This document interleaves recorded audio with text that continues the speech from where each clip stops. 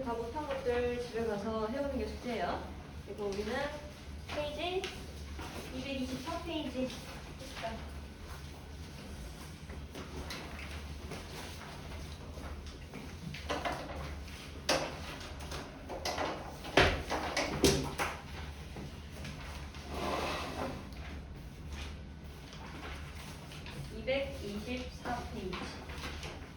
남은 거 집에 가서 해보세요.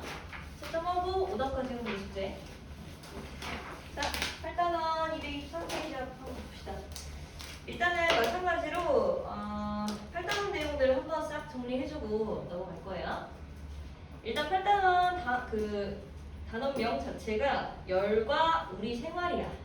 그렇기 때문에 우리 좀 열에 대해서 배울 거다라고 인식하시면 돼요. 그런데 너네 열과 온도의 차이점을 아니? 열과 온도의 차이점. 열은 뭐야? 열은 뭐야? 뭐지? 어? 네. 에너지? 그럼 온도는? 측정? 측정? 단위? 단위? 열은 단위가 없을까요? 열도 측정이 불가능할까요? 대략 뭐 비슷해요. 일단 열이 에너지라는 거 맞아요. 열이 에너지라는 거 맞고 온도는 조금 이따 구별합시다. 오케이? 그래서 열과 온도에 대해서 가장 먼저 배울 거고, 그 다음에 열이 어떻게 이동을 하는지 아까 잠깐 얘기했죠? 전도 대비 복사 이렇게 세 가지의 방법으로 이동하는 방법. 그래서 이 세 가지를 좀 구별해서 배울 겁니다. 그리고 직장 넘겨보시면 열의 효율적인 이용이라고 되어 있어서 1번은 뭐 냉난방 기구의 효율적인 사용은 어떻게 해야 되는지가 나와 있고요. 두 번째로 적혀 있는 단어가 뭐야? 뭐라고 적혀 있니? 뭐라고 적혀 있어요? 단열이라고 적혀 있죠? 단열에 대해서도 배울 겁니다. 단열은 이 앞에 단자가 무슨 단자야? 무슨 단자일 것 같아? 짧은 단? 단신할 때 단이에요? 뭐일 것 같아요? 끊어낼 단. 끊을 단. 그러니까 열을 끊어낸다는 거야. 즉 열의 이동 방법을 차단한다는 거예요.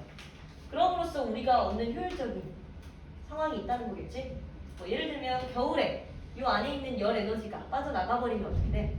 춥잖아. 그치? 그런 것들을 막으려면 단열이 필요하다는 거야. 그거에 대해서 볼 거예요. 그 다음에 그 아래 무슨 단어가 또 있어? 열, 뭔형? 열? 평형 있죠? 평형. 전혀 어려울 거 없어요. 열 평형은 무슨 말일까? 평형이라는 말이 무슨 뜻이야? 평형. 어때? 두 개가 똑같다는 말이지? 그치? 열에 대해서 두 가지가 똑같다. 그러니까 열 평형을 이룬다. 무슨 말이겠어? 뜨거운 물과 차가운 물이 섞이면요. 무슨 물이 된다고요? 네? 미지근한 물이 되면서 동시에 온도가 똑같아지죠? 그치? 그 내용이 바로 열평형이에요. 그리고 나서 뒷장 쭉 이렇게 또 넘겨보시면 234페이지 한번 보시면요.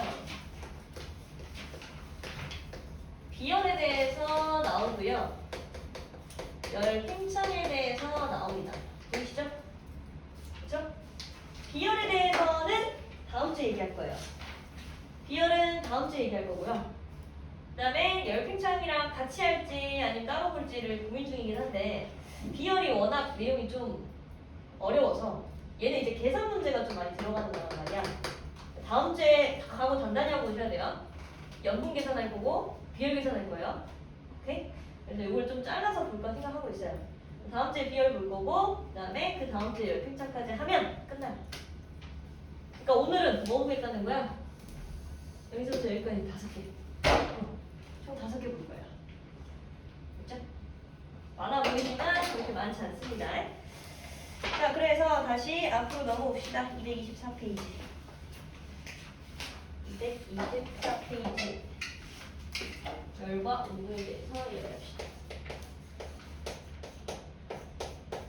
일단 먼저 열이랑 온도를 구별할 건데요. 요거 적어두세요. 옆에다가.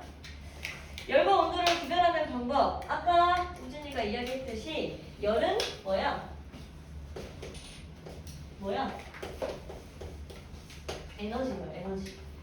에너지라는 게 무슨 뜻이야? 잠재적인 어떤 힘을 쓸 수 있는 거지. 그치? 그래서 에너지라고 하는 애를 열이라고 할 건데요. 그럼 결과적으로 쟤는 어떤 개념인 거냐면 뭐가 달라지는 개념인 거냐면 양을 계산하는 단위입니다. 그러니까 에너지량이 많으면 열이 많다라고 얘기를 하는 거고 그 열 에너지가 적으면 열이 적다라고 얘기를 하는 거예요. 많고 적은 걸 따지는 게 열이에요. 열. 오케이? 그래서 열을 계산하는 단위는요. 이거 계산하는 건 다음 주 비열 얘기하면서 할 겁니다. 이거 뭐라고 읽어? 뭐라고 읽어? 유나 이거 뭐라고 읽니? 아니 뭐라고 읽죠? 요거는 뭐라고 읽어요? 그래 칼로리랑 킬로칼로리. 우리 왜 소화할 때는 킬로칼로리 썼었잖아. 그치? 탄수화물은 1g당 4kcal 에너지를 내고 지방만 9kcal. 기억나요? 그쵸? 그래서 즉 열의 양을 따지는 단위가 바로 칼로리야. 그래서 얘네들의 단위를 열량이라고 얘기하는 거예요. 열량. 오케이? 그럼 온도는 뭐게요? 온도는 뭘까요? 열도 어찌 보면 숫자로 나타낼 수 있다는 얘기야. 오케이? 단위가 있다는 뜻은. 그럼 온도는요? 얘는 뭐냐면 어떤 세기를 나타내는 거예요. 정도, 세기, 정도.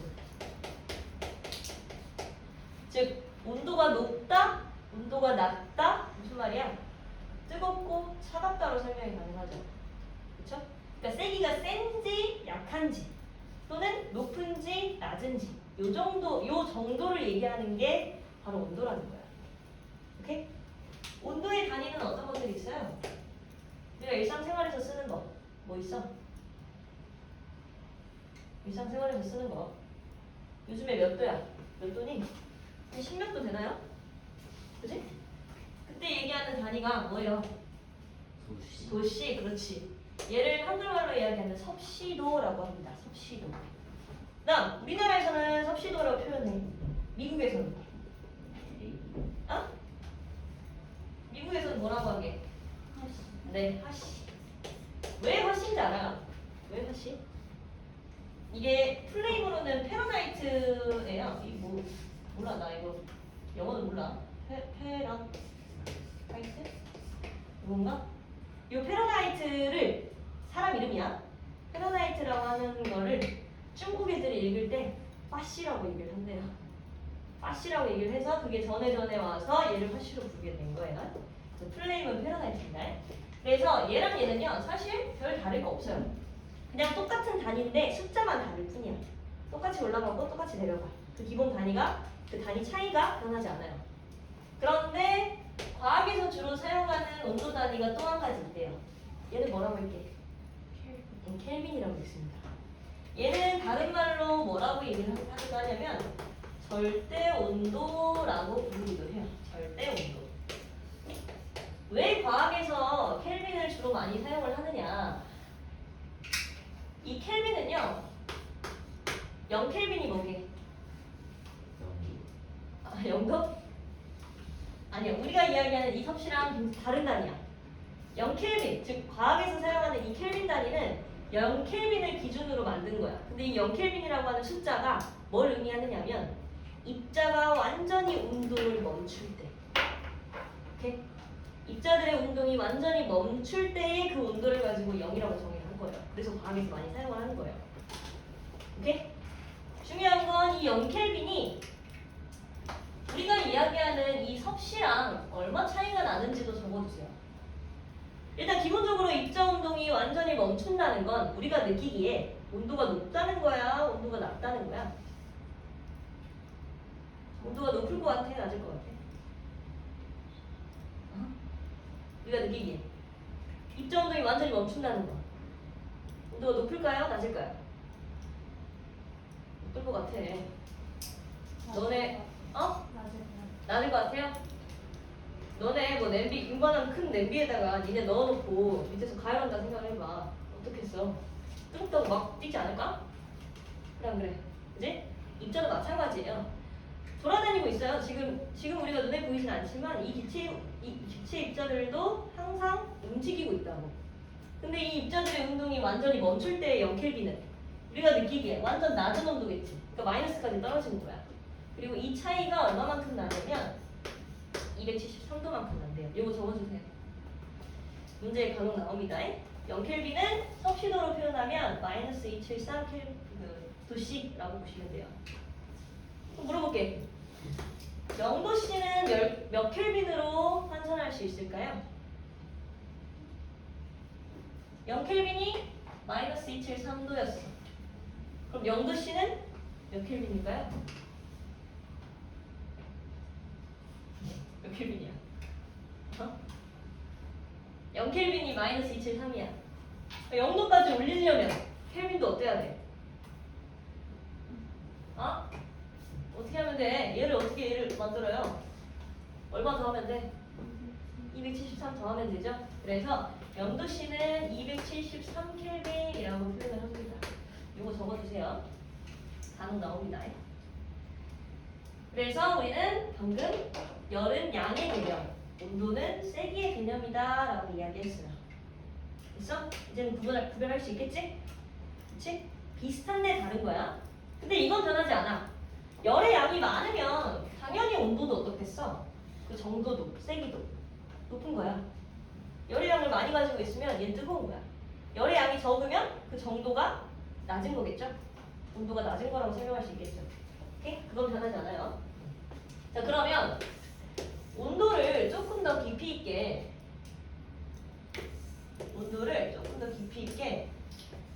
이런 상황을 한번 가정을 해봅시다.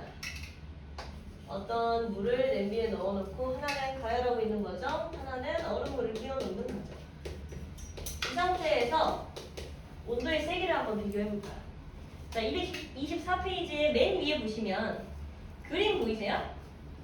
자, 일단 온도는 물체의 따뜻하고 차가운 정도를 나타내어서 수치로 나타낸 거라고 이해했지. 그치? 2번은요. 온도와 입자의 운동 간의 관계를 서술하고 있어. 온도는 물체를 이루는 입자의 운동이 활발한 정도를 나타낸다 라고 되어 있어, 안 되어 있어? 보이니? 거기다 밑줄 쳐놓으세요. 온도는 물체를 이루는 입자의 운동이 뭐한 정도? 활발한 정도. 그러니까 이런 거야. 물을 가열을 시킬 거야. 그럼 이 안에 물입자들이 이렇게 똑같이 있다라고 하면 이 입자들을 이렇게 그릴 수 있겠죠. 그치? 하나는 가열을 했어. 아까 우리 가열을 한다는 의미가 사실상 요 밑에 있는 입자들한테 열에너지를 나눠준다는 얘기였죠. 그쵸? 이 안에서 대류가 일어나서 물 전체를 따뜻하게 데핀다고 그랬죠? 오케이? 그러면 이 안에 있는 이 입자들의 운동이 어떨 것이냐요? 얘는 열을 받았어, 잃었어? 물의 입장에서 보면 열을 받은 거야, 잃은 거야? 그치? 받은 거지? 열을 받았다라는 말은 이 물 입자들이 가지고 있는 열의 양이 많아졌다는 소리야. 당연히 온도도 어때? 높아지겠죠? 그 온도를 이 입자들의 운동으로 표현을 하면 그림이 어떻게 그려지냐면 약간 방정맞게 그려지는 거예요. 막 돌아다닌다는 뜻을 이렇게 뒷공무니가 길게 나타낸다는 거고, 얘를 갖다가 우리는 뭐라고 할 수 있냐면 입자 운동이 활발하다라고 하는 표현으로 다시 이야기를 할 수도 있다고. 따라서 입자 운동이 활발하다라는 건 온도가 높다 낮다 높다 라고 이야기한다는 거예요. 그럼 반대로 얼음물을 띄웠을 때의 상황은요. 물이랑 얼음 중에 열을 더 많이 가지고 있는 애는 누구예요? 누굴까? 응? 물이야 얼음이야? 열을 더 많이 가지고 있는 애. 애초에 얼음이 녹아야 물이 되는 거잖아. 열을 받아야 물이 되는 거잖아요. 우리 상태 변화했었잖아. 그치? 그래서 열의 이동은 무조건 많은 데서 적은 데로, 즉 얼음에게로 열을 나눠주는 거야. 그럼 물 입자들의 입장에서 볼 때 얘는 열을 지금 현재 얻고 있어, 잃고 있어? 잃고 있다고. 그럼 내가 가지고 있는 열의 양이 절대적으로 적어. 그럼 이게 온도로서 나타난다 그랬지. 그치? 얘는 지금 현재 온도가 낮은 상황이야. 이걸 갖다가 입자 운동으로 표현하면 뭐라고 할 수 있는 거야? 아까 입자의 운동이 활발한 정도가 온도래며. 그치? 온도가 높은 건 입자 운동이 활발하다라고 했고, 온도가 낮은 건 입자 운동이 활발하지 않다를 뭐라고 표현하기도 해? 둔하다라고 표현하기도 하겠죠. 그쵸? 그래서 입자 운동이 둔하다라는 건 온도가 낮다라는 걸 설명한다고요. 그리고 그림은 뒷부분이가 거의 없이 짧게 나타나겠죠. 오케이? 근데 이걸 갖다가 문제에서 또 어떻게 표현하기도 하냐면요. 같은 물이야. 같은 물. 같은 물을 같은 부피만큼 가지고 와가지고 이 안에 들어있는 입자의 개수를 센다고. 그럼 잘 생각을 해봐. 온도가 더 높은 쪽은요. 입자 운동이 훨씬 활발해요. 더 잘 돌아다닌다는 거야. 낮은 쪽은 입자 운동이 활발하지 않아. 둔해. 오케이? 얘는 어찌 보면 아이라고 생각하면 되고, 얘는 어찌 보면 애들 데리고 다니는 엄마들. 힘들잖아. 둔한 그런 친구들을 데리고 다닌다고 생각하면 돼요. 그러면 같은 부피만큼을 가지고 와봤을 때 이 안에 들어있는 입자의 개수를 살펴보면 어디가 더 입자의 개수가 많을까요? 입자 운동이 활발한 쪽과 입자 운동이 둔한 쪽을 가지고 같은 부피를 가지고 데려와 봤을 때 이 안에 들어있는 입자의 개수가 더 많은 쪽을, 활발한 쪽이야, 둔한 쪽이야?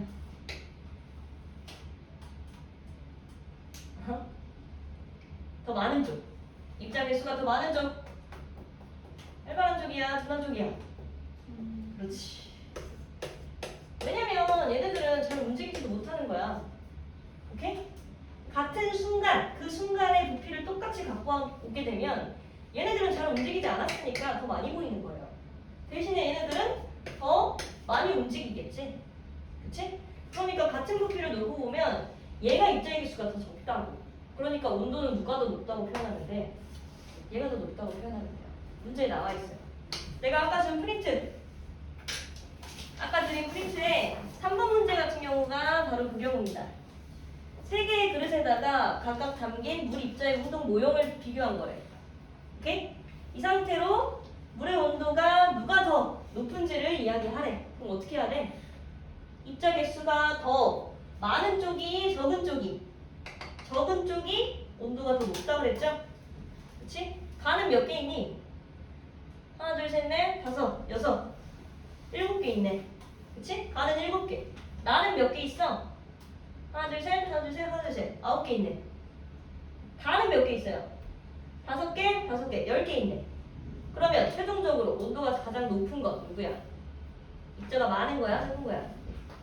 적은 거니까 답은 뭐뭐 뭐예요?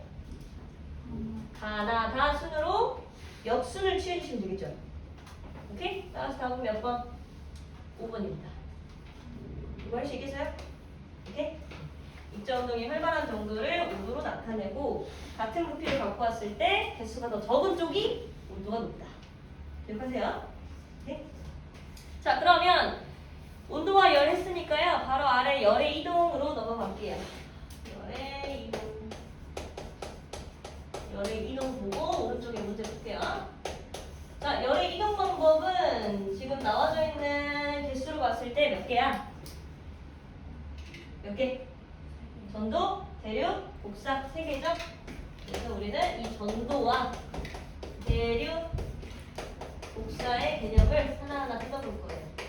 이거 어떻게 외울래? 전도, 대륙, 복사 3개 다 외워야 돼. 어떻게 외울까? 뭐 어제 얘기하는 대로 해보면 전대복 또는 전복대 뭐 이렇게 외운다던데? 또는 밀도 우리 했잖아요.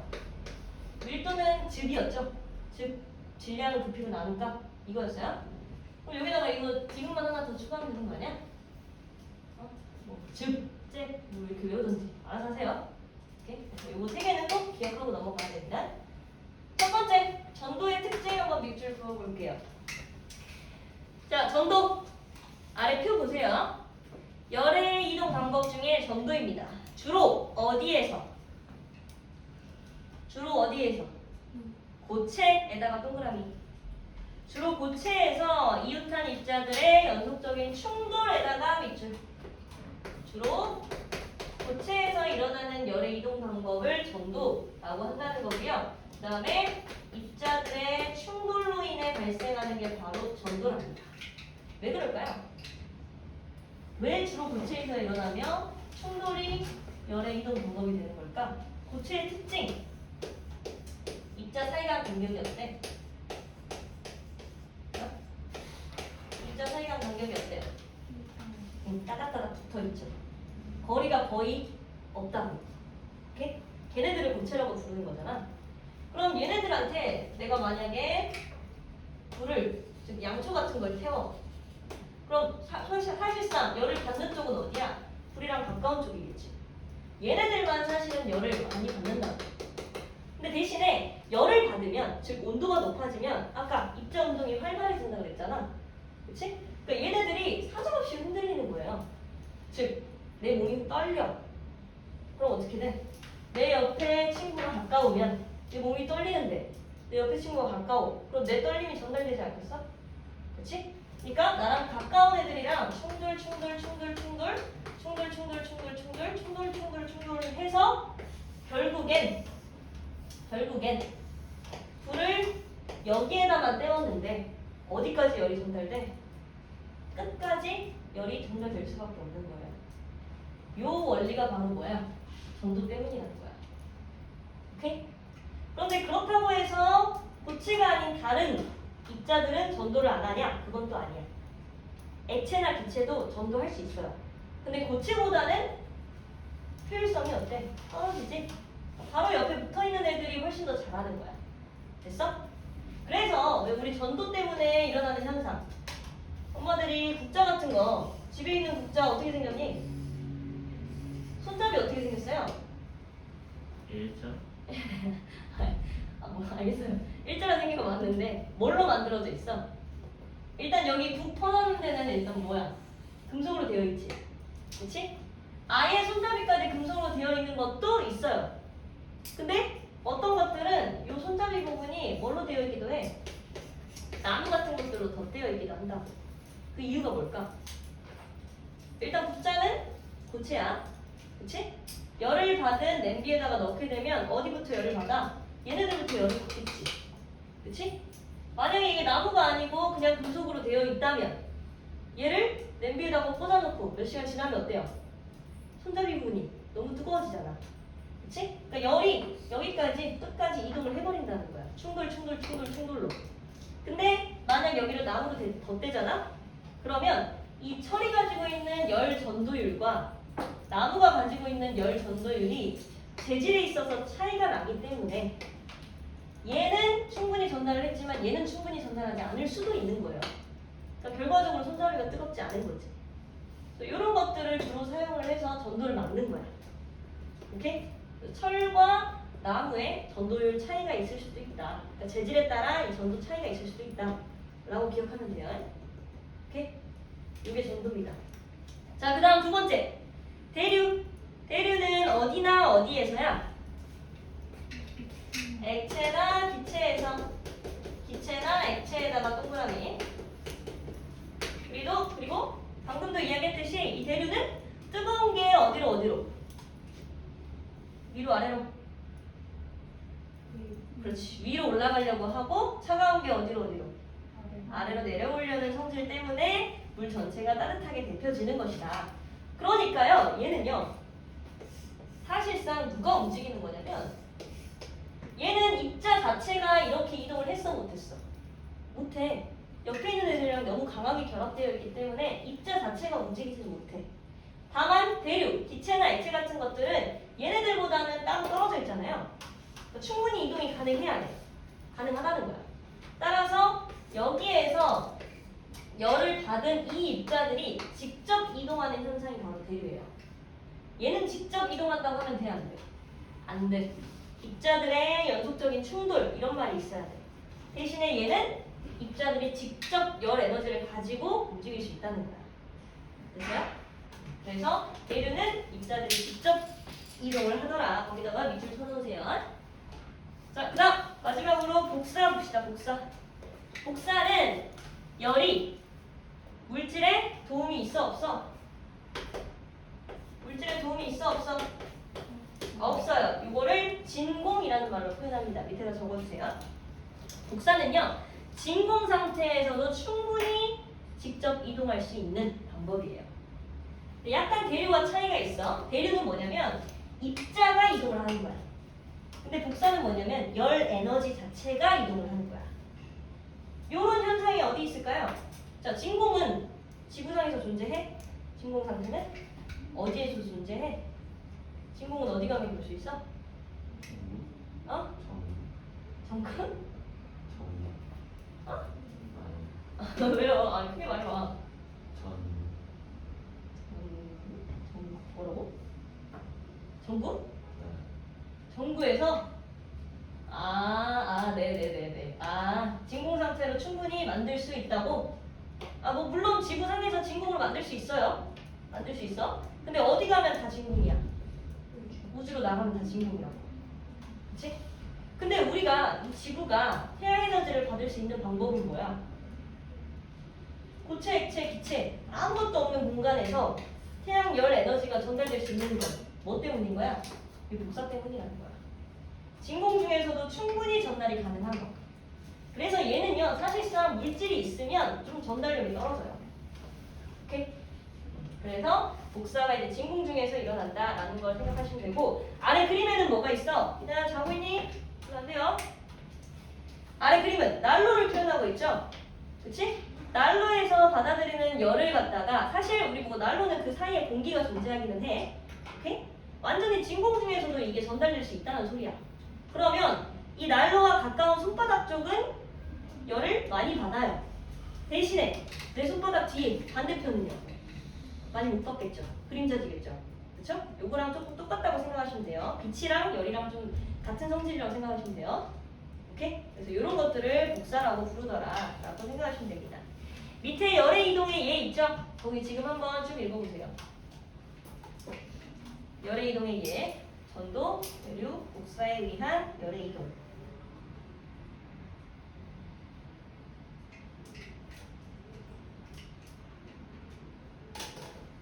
어때? 얼추 좀 맞는 말인 것 같아요? 오케이? 전도, 뜨거운 국에 담가둔 숟가락이 전체가 뜨거워지는 거. 그 다음 전기장판에 누우면 몸이 왜 따뜻해져?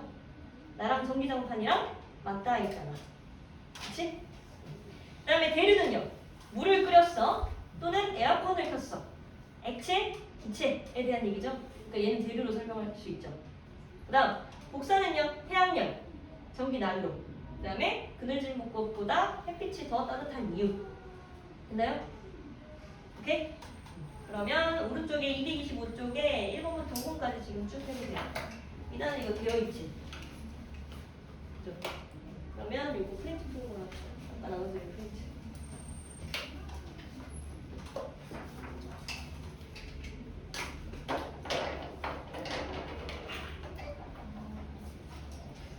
프린트가 아마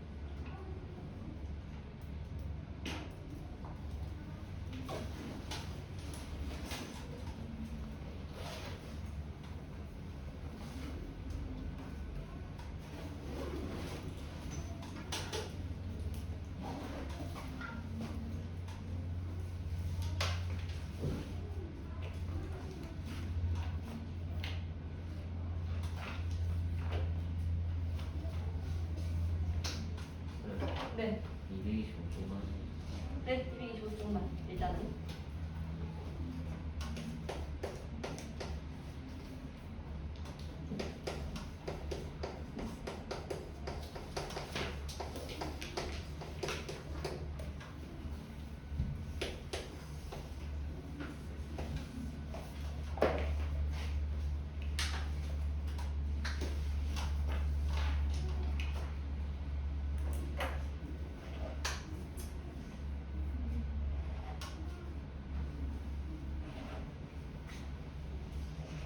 그럼 답 한번 불러줄게요.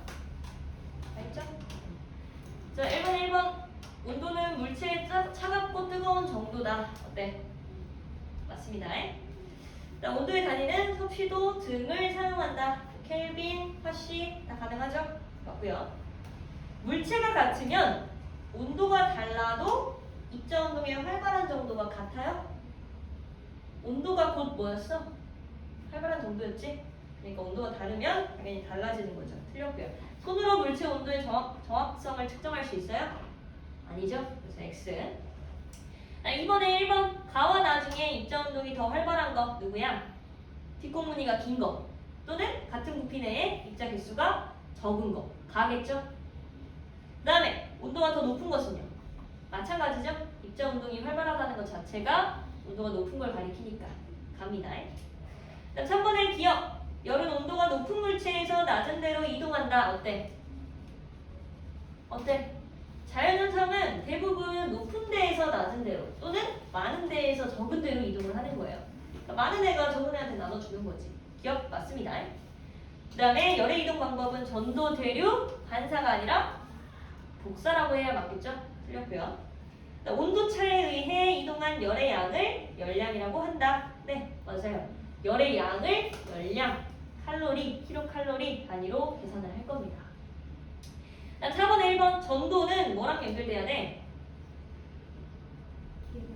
디귿, 연속적인 충돌에 대해서 이야기가 되어 있으면 맞고요. 대류는요?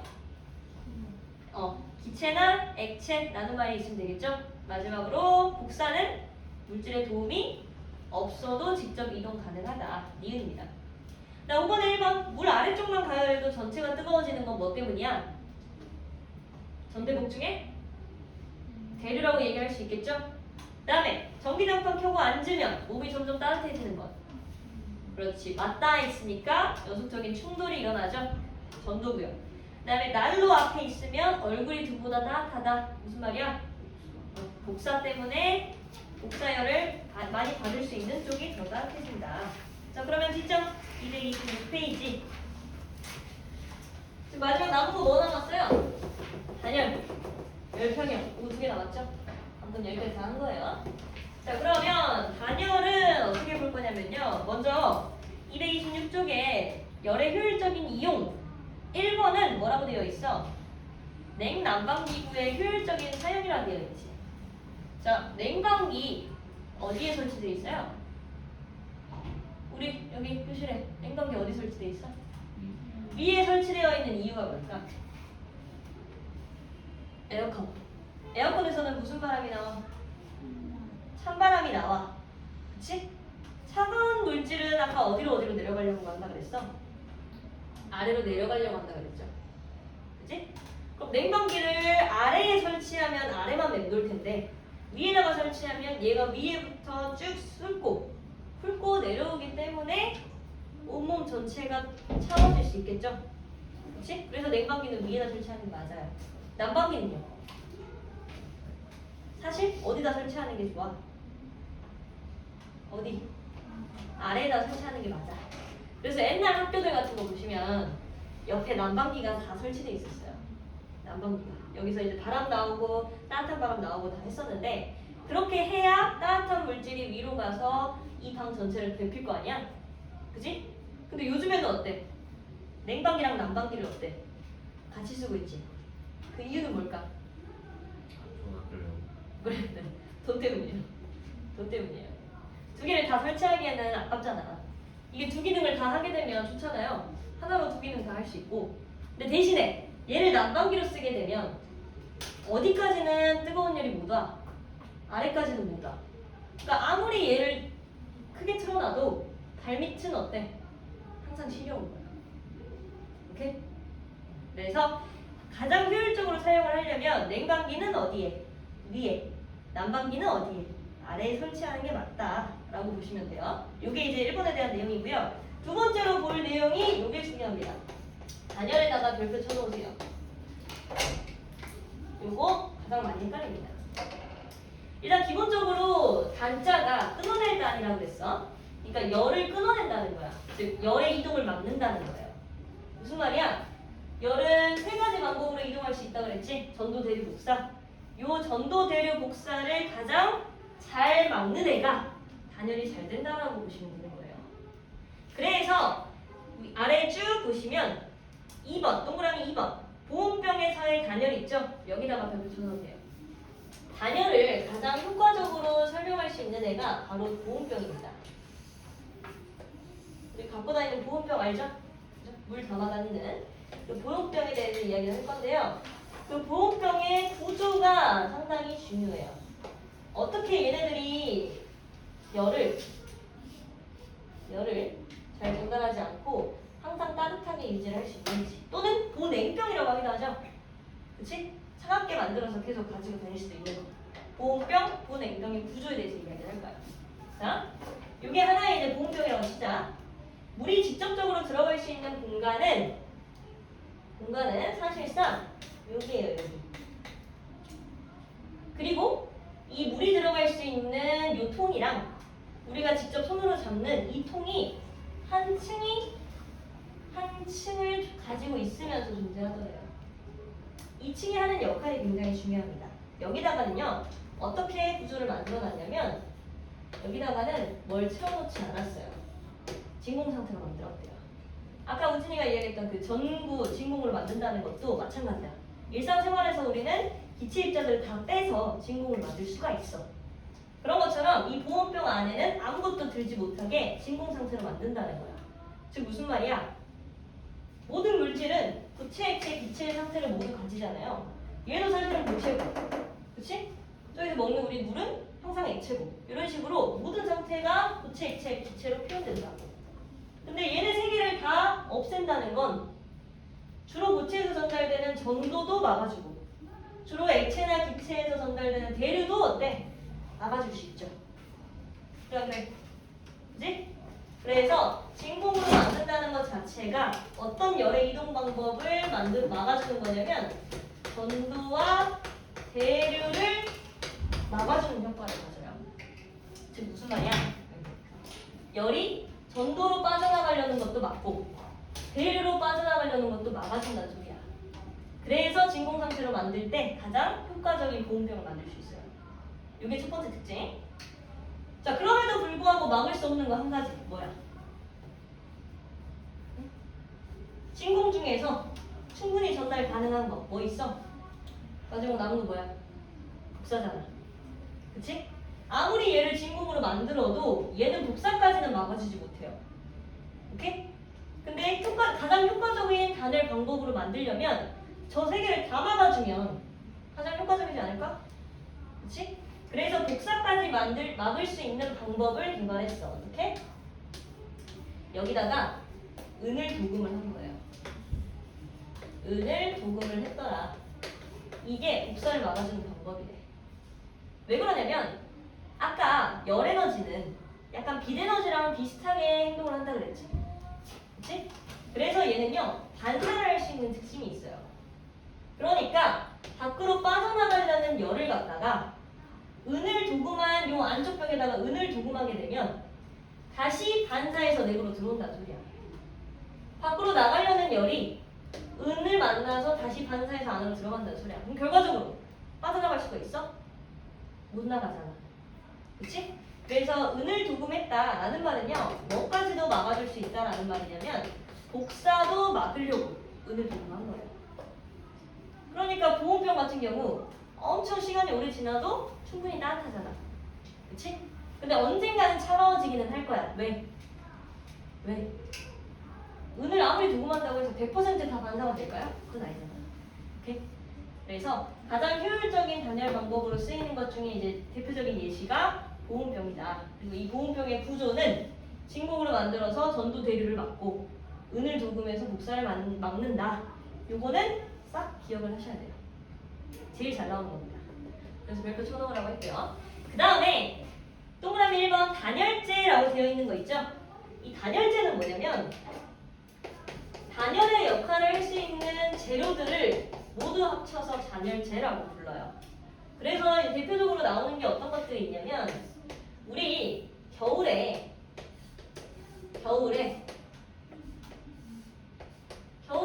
사실 태양 에너지 자체를 못 받으니까 엄청 춥잖아요.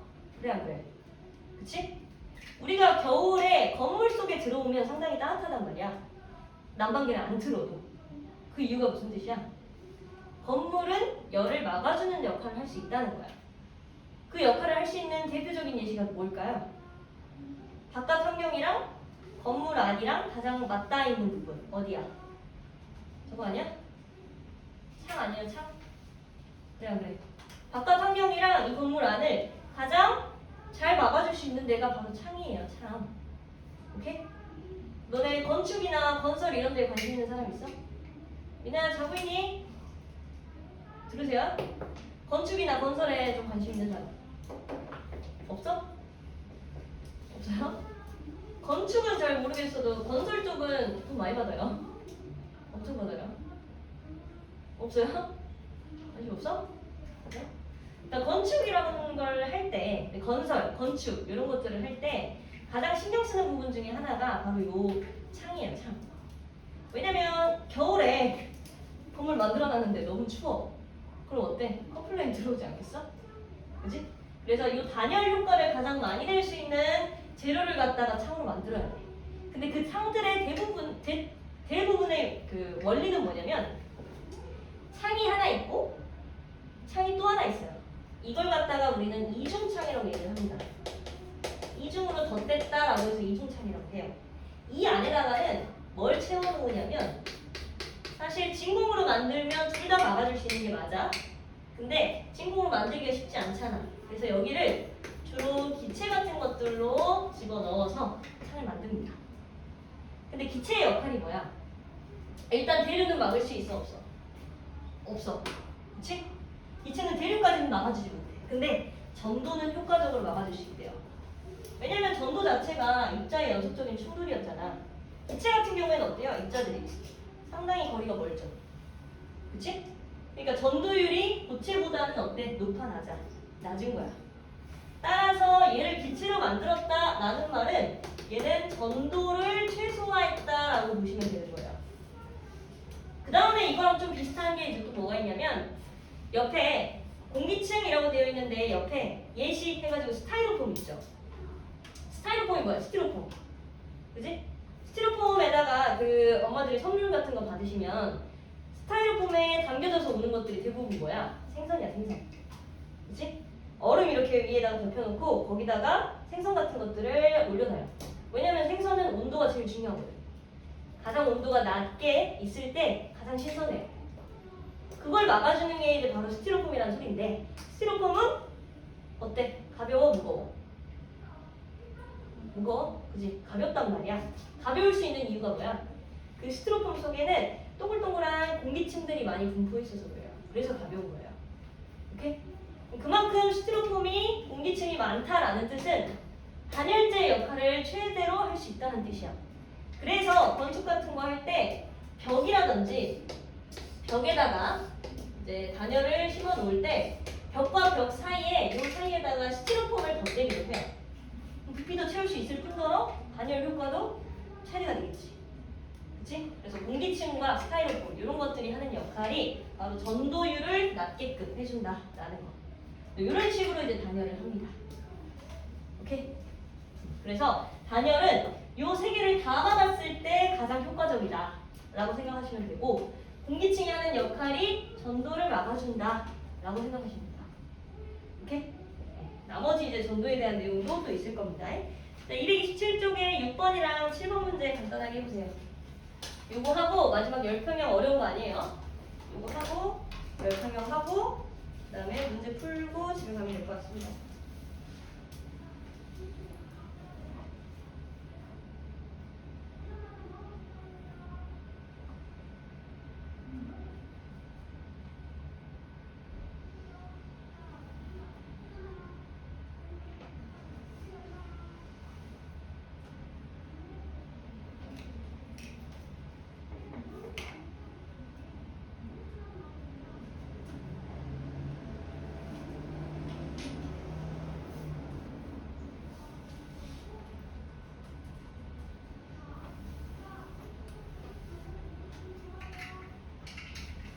그리고 열평형을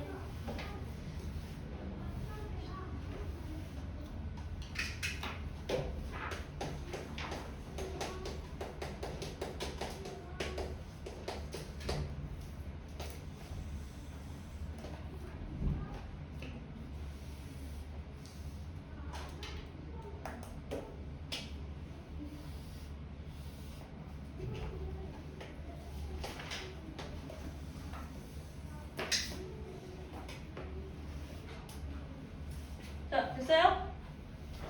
자, 6번에 1번. 단열이 잘 될수록 냉난방이 효율적이다. 네, 맞습니다. 그 다음, 난방기는 위에. 맞아요? 응? 위에가 맞아, 아래가 맞아? 아래가 맞겠죠? 냉방기는 위에 설치하는 게 맞겠죠? 그래서 둘 다 틀렸고요. 그 다음에 4번, 전기난로에서 복사열의 방향을 바꾸기 위해 반사판을 설치한다. 난로를 일단 한번 키면 여기다가 난로를 켰다 치자. 그러면 나한테만 이게 올 거 아니야. 그치? 이 방향으로만 올 거 아니야. 근데 너네한테도 이걸 바꿔주기 위해서는 당연히 반사판을 설치해서 4번 군대로 퍼지게 하는 게 맞겠죠? 그래서 이것도 효율적으로 사용하는 방법 중에 하나입니다. 맞아요. 다음 7번. 진공을 이용하면 뭐랑 뭐를 막을 수 있다고? 전도와 대류. 그러나 복사까지는 막을 수 있어 없어? 없어. 없으니까 반사판을 사용하는 거죠. 오케이? 자, 그 다음 마지막으로 226쪽에 열평형 한번 같이 볼게요. 자, 열평형. 어려운 거 없어요. 열평형, 즉 서로 접촉한 두 물체의 온도가 같아진 상태를 가리켜서 열평형이라고 할 겁니다. 그래서 우리가 필요한 건요. 자, 여기가 이제 시간축이고요. 시간에 따른 온도 변화를 기록을 할 겁니다. 준비물은 뜨거운 온도의 물이고요. 준비물은 차가운 온도의 물입니다. 이 두 개를 합치면 무슨 물? 미지근한 물이 된다 라고 했죠? 그럼 뜨거운 물의 온도는 점점 높아져 낮아져? 점점 낮아지면서 이렇게 온도가 똑같아지는 상황이 벌어질 거고, 차가운 물질은 온도가 점점 높아져서 이렇게 열평형을 이루는 상태가 나타나겠죠? 그래서 이때, 즉 온도가 똑같아진 이때부터 우리는 이 상황을 열평형 상태라고 부른다는 겁니다. 어렵지 않죠? 오케이? 자, 그러면 애초에 온도가 높았다는 건 열 에너지로 비교를 했을 때 더 많았다는 거야, 적었다는 거야? 열 에너지는 온도가 높으려면 더 많아야 돼요, 적어야 돼요? 더 많아야 그 정도가 세기로 표현이 되겠죠? 열이 많은 상태였어. 그리고 온도가 낮은 애는요? 열이 많았던 거야, 적었던 거야? 적었던 거겠죠? 그쵸? 요 상태에서 두 개를 만나는 거야. 이 상황의 특징 세 가지를 지금부터 적을 겁니다. 이거 적어주세요. 이나도 같이 책 226쪽에 이거 세 개 적어줍시다. 자, 일단 첫 번째로요. 열은 어디서 어디로 움직인다고 했어? 높은 곳에서 낮은 거 맞는데, 온도를 이야기하면 높은 데서 낮은 데 맞아요? 열로 이야기하면 많은 데서 적은 데로 가겠죠. 그러니까 항상 열의 이동 방향은 항상 열이 많은 쪽에서 작은 쪽으로 가요. 적은 쪽으로. 그리고 이 열평형의 특징 첫 번째는 차가운 물은 뭐 3초, 따뜻한 물은 뭐 5초. 이런 식으로 다른 시간에 열평형이 될 수 있나요? 아니지? 동시에 미지근한 물이 되잖아. 그래 안 그래?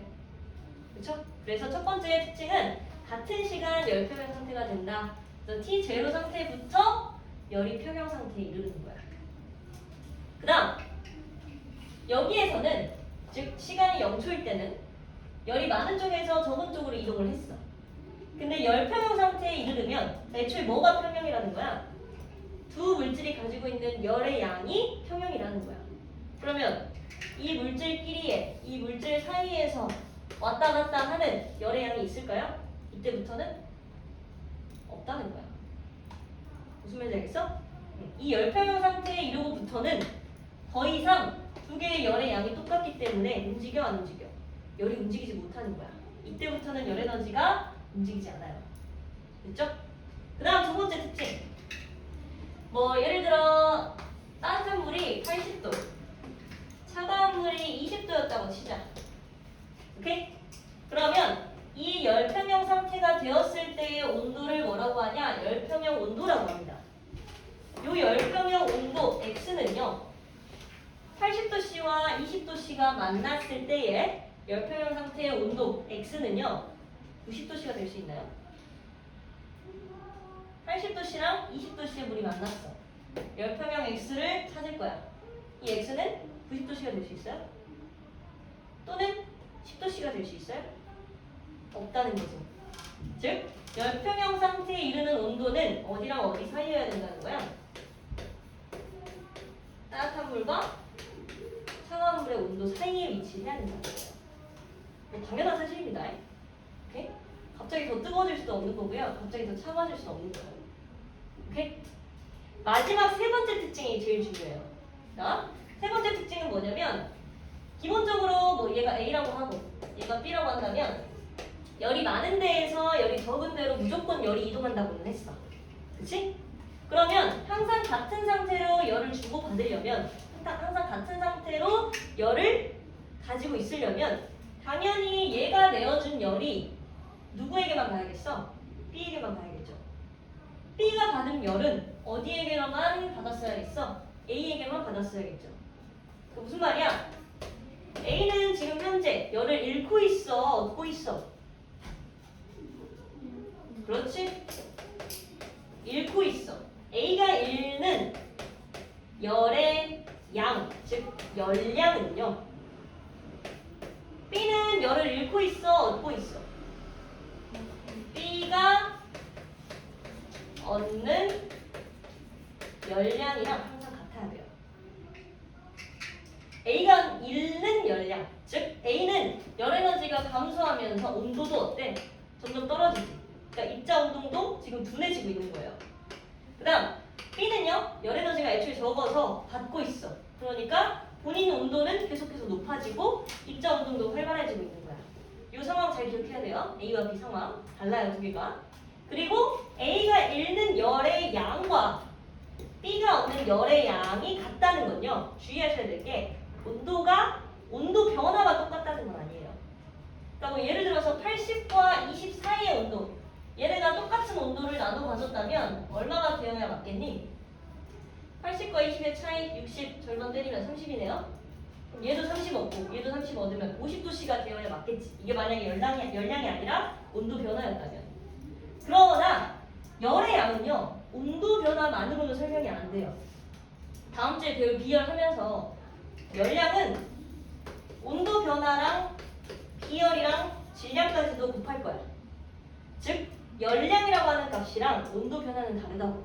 그래서 얘가 50도씨로 무조건 정의가 되는 게 아니고 40도씨가 되어도 맞다고. 열량이랑 온도 변화를 착각하면 돼, 안 돼? 안 된다는 거야. 열 에너지를 주고받는 것이지 그 세기가 같아진다는 건 아니에요. 세기를 나눠 가진다는 건 아니에요. 오케이? 그래서 이 세 번째가 제일 중요하더라. 그리고 우리는 다음 주에 이 열평형을 이용해서 얘가 얘한테 준 열량 이 공식으로 계산할 겁니다. 그죠? 네.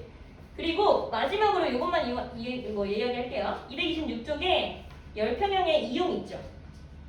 열평형을 이용하는 예시가 뭐가 있냐면 냉장고랑 온도계가 있어요. 요거 두 개는 꼭 기억하셔야 돼요. 약간 어떤 느낌인 거냐면, 그러니까 온도계는 어떤 식으로 측정을 하는 거냐면, 내가 예를 들어서 이 이따만한 대야에다가 물 1kg를 담아. 오케이? 물 1kg를 담아가지고 여기다가 그림 넣을까요? 1kg를 담아서 60도씨의 물을 준비했다고 치자. 여기에다가 내가 물 한 방울 떨어뜨려. 그렇다고 해서 이 1kg짜리의 물 60도의 물이 온도가 변하나요? 물 한 방울 떨어뜨렸다고 온도가 변해요? 잘 안 변하겠지. 그래 안 그래? 그치? 근데 오히려 이 물 한 방울은 어때? 1kg짜리의 물의 온도랑 똑같아지지 않을까? 그치? 그럼 그 자체가 뭘 이뤘다는 거야? 열 평형을 이뤘다는 거야. 따라서 이 물의 온도를 측정하고 싶으면 물 한 방울 떨어뜨리는 거야. 그런 원리를 가진 게 바로 온도계예요. 마찬가지, 냉장고도 마찬가지로 그 냉장고 속의 온도는 잘 변해 안 변해? 안 변해. 내가 거기다가 음식 하나 넣은다고 해서 냉장고 속의 온도가 막 급격하게 변해? 아니라고. 오히려 이 음식이 냉장고 속으로 들어감으로써 그 냉장고 내부에 있는 온도랑 똑같아져. 결과적으로 뭐가 된 거야? 열평형이 된 거야. 무슨 말인지 알겠어? 오케이? 물론 냉장고 속에 음식이 많으면 많을수록 냉장고 온도는 떨어져요. 오케이? 대류가 잘 안 되기 때문이야. 아니, 대류가 너무 많이 일어나기 때문이에요. 오케이? 그래서 냉장고랑 온도계가 대표적인 열평형이 A시다. 그리고 마지막으로 요거 하나만 적어줄게요. 열평형 위에다가 방금 이야기했던 이 열량 구하는 공식 중에 이 C값이 바로 뭐냐면 비열이야, 비열. 우리 다음 주에 배울 비열 잠깐 언급해주는 거예요. 문제 있어서. 자, 비열은요. 열을 견디는 정도입니다. 열을 견디는 정도. 적어주세요. 비열은 열을 견디는 정도. 무슨 말이냐면 비열이 크다라는 말은 잘 견딘다는 거야, 못 견딘다는 거야? 비열이 크다. 잘 견딘다.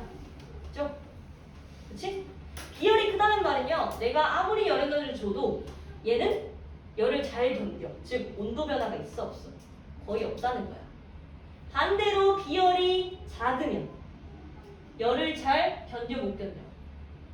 못 견딘다고. 그러니까 즉, 조금만 열을 줘도 온도 변화가 크게 일어난다는 거야. 요거 이제 대표적인 예시가 뭐였어? 우리 영양소 할 때 했잖아. 우리 몸이 물로 된 이유가 뭐라 그랬어? 물로 이루어져 있던 이유. 응? 그렇지, 체온 조절. 물은 운반하는 역할도 있지만 체온을 조절하는 역할도 있다 그랬어요. 즉, 우리 몸이 여름에 쉽게 잘 안 데펴지는 이유야. 물의 비열이 크기 때문일까요? 작기 때문일까요? 크기 때문이에요. 그래서 물의 비열은 1로 고정입니다. 1로 고정. 만약에 우리 몸이 식용유로 되어 있다면 어떤다 그랬어? 금방 데펴진다 그랬지? 그치? 그거 자체가 잘 견디는 거야, 못 견디는 거야? 식용유는 잘 못 견디는 거야. 그래서 비열이 작다라는 걸로 설명하는 거예요. 따라서 비열과 온도 변화는 서로 비례해, 반비례해? 반비례하다. 그렇죠? 근데 비열은 약간 그 물질이 가진 특성이라서 물 1kg가 있고 물 2kg가 있으면 항상 이 값은 똑같아요. 1로 똑같습니다. 그래서 비열은 물질의 특성이다라는 것까지 기억하세요. 됐죠? 자, 9번이랑 10번 문제 한번 해결해보세요.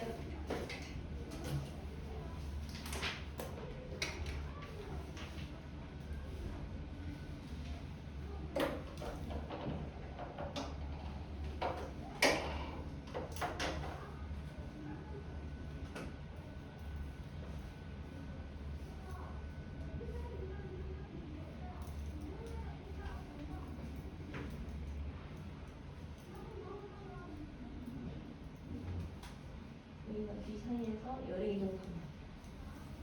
A에서 B인지 B에서 C인지 일단 B에서 A인지. A에서 그렇죠. 항상 A에서 B.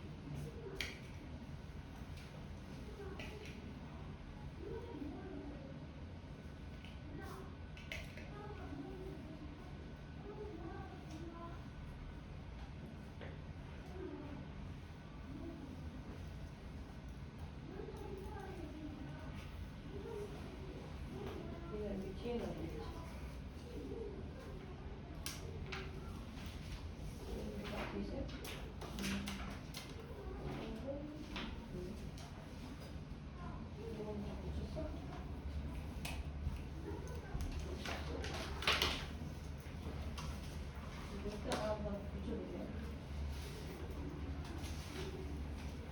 이번 10번 다 했으면 다 했나요? 자, 9번 봅시다. A랑 B 중에 온도가 더 높은 거. A야, B야? 네? A죠? 그렇죠? 그 다음에 A랑 B 사이의 이동 방향은 항상 A에서 B. 오케이? 높은 데서 낮은 데로. 그다음 A랑 B를 접촉시킨 후 열평형 상태에 도달한 시간 몇 분? 5분 후라고 하시면 되고요. 5분 후에는 열의 이동량이 있어 없어? 있어 없어? 없다라고 보는 게 맞아요. 오케이? 그 다음에 10번 기억 냉장고 열평형 어때요? 맞죠? 그 다음에 온도계 열평형 맞죠? 그 다음에 미지근한 물에 얼음을 넣으면 물이 차가워진다. 뭐 이거는 그냥 열의 이동이죠. 그렇죠? 맞네. 어차피 열평형이구나. 물이 차가워진다. 왜? 열평형 상태로 두 온도가 똑같아진 거지. 그 다음에 리을이 이제 뭐야? 단열에 대한 내용이라서 틀린 거야. 기억, 니은, 지금. 그럼 뒷장 넘겨서 228쪽이랑 229쪽 쭉 뒤로 230, 240, 32쪽까지 지금 시작합시다. 그리고 229쪽은요, 요거는 위에 있는 내용들을 읽어보고 여기 위에 있는 내용들을 가지고 풀으라는 얘기예요. 오케이? 꼭 읽어보세요.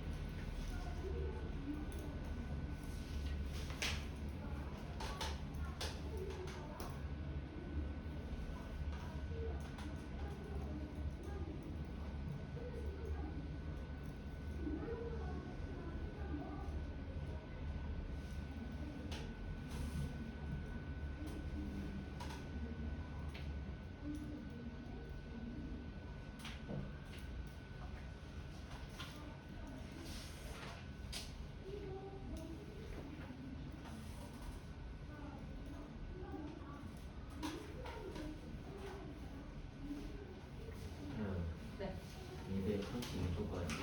네. 잘 쓰면 힌트.